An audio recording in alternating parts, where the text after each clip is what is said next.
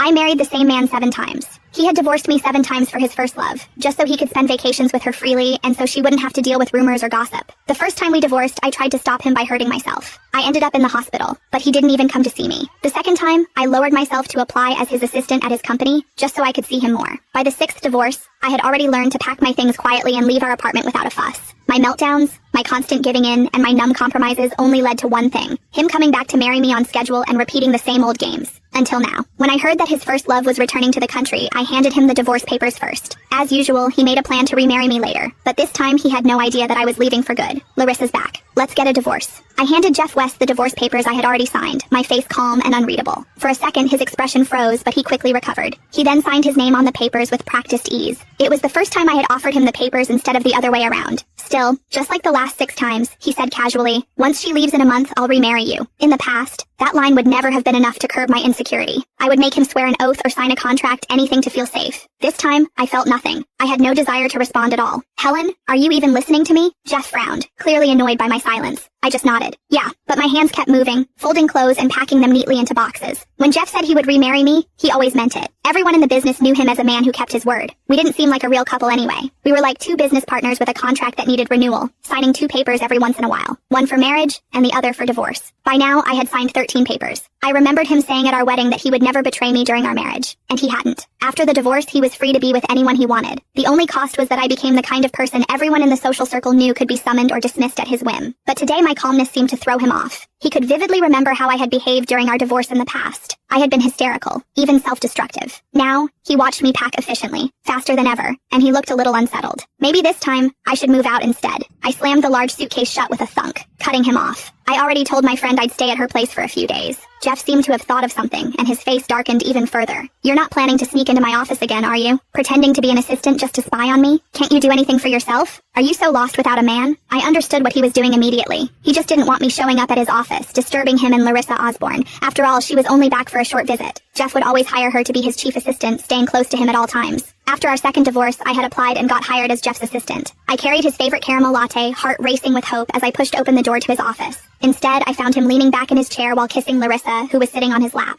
I lost it. I lunged at Larissa, fists swinging, and Jeff slapped me to the floor. People had gathered outside the office, peeking in. Everyone assumed I was still the CEO's wife, so their eyes were full of judgment as they looked at Larissa. To spare her from gossip, Jeff ignored my tears, snatched my bag, and dumped everything on the floor. The divorce papers lay there like a warning sign, announcing to the world exactly what our relationship was. From then on, every time Jeff and I divorced, he made it public on social media. Everyone knew Jeff loved Larissa. I was just the shameless woman who refused to leave his side. But this time, Jeff's worry was unnecessary. I grabbed my suitcase without hesitation. "Don't worry. I won't bother you 2 again." Jeff looked at me suspiciously for a moment until I pulled the suitcase handle and stepped toward the door. Then, he reminded me a little anxiously, "We'll get remarried on the 13th next month. Don't forget." I paused for a second. What a coincidence. My flight out of the country was booked for the 13th. After Larissa returned, Jeff didn't think about me once. This time, I stopped obsessively tracking his every move, which I do after every one of our divorces, waiting at every place he might appear.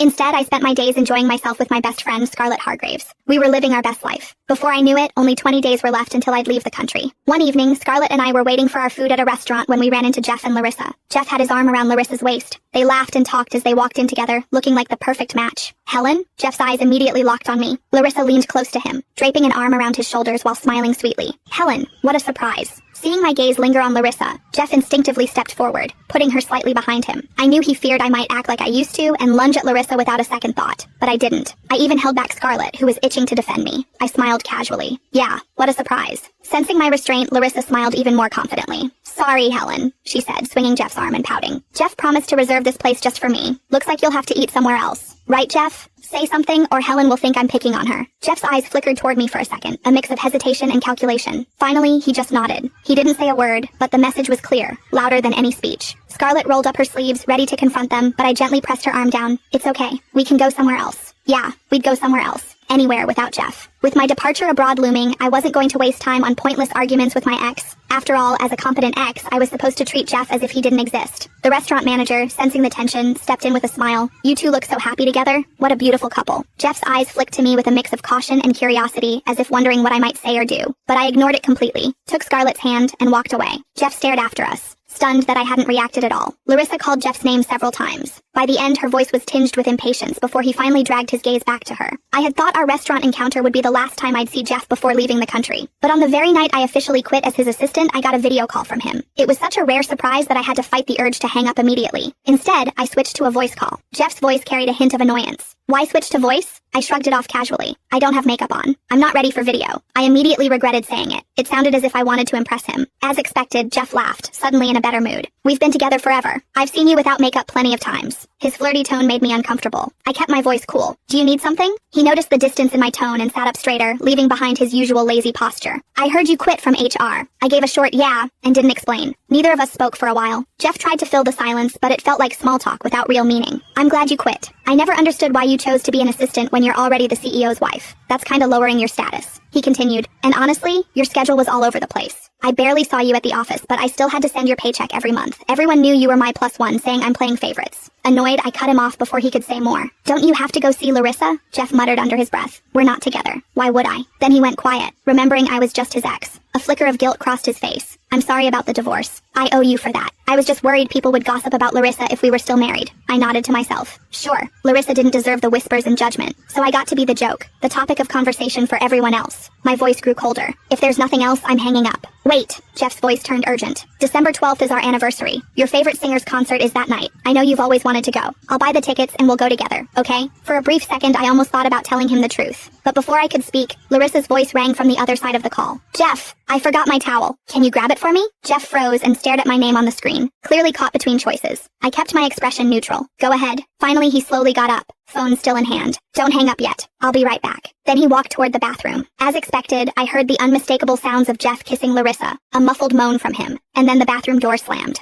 I hung up, smirking. Right at that moment, Scarlett came over, all excited as she invited me to a club. I didn't hesitate. I set my phone down and linked arms with her. There were still so many things in the world that could make me happy. I used to be a lovesick fool, but now, why should I waste energy on a man who was completely in the past? Days without Jeff flew by. Before I realized it, my departure was only a few days away. Even though I had no contact, I still heard about him and Larissa from Scarlett. Apparently, he had a huge argument with Larissa, and ignoring her embarrassment, stormed out of a dinner party. Rumor had it that Jeff and Larissa's fight was about me. I just smiled, indifferent. I wasn't that hopeless romantic anymore. The one who used to refresh social media dozens of times a day, stalking them and everyone who knew them, hoping to catch the tiniest crack in their relationship. If I succeeded, I would then rush to Jeff the second I thought he might need me, ready to remind him that I was the one who truly loved him. Couples who are really in love argue in bed and make up before breakfast. So what if the fight was about me? I had always just been another player in their little game anyway. Still, after that, Jeff started calling me more and more, but I either hung up immediately or found some excuse not to see him. Then, the day before I was leaving the country, he asked me to go to the concert with him. I already got the tickets. I'll see you tonight. It's our anniversary today. You're not gonna stand me up, are you? He had never sounded so pleading before. Before, he would casually bring up something or take one step toward me, and I would run toward him the rest of the way, trying to please him. But in the end, I realized he had even stopped getting close. All because of Larissa. I didn't even know what to say because today wasn't really our anniversary. It was the day of our 4th remarriage. After so many cycles of breaking up and getting back together, only I would be stupid enough to keep track of every single detail about him. Still, I said yes. I really did want to see the concert. That night, I waited at the venue, but Jeff never showed up. I opened the voice message he had just sent me. His apologetic voice was layered over the noise of the concert, faintly mixed with Larissa's light laughter.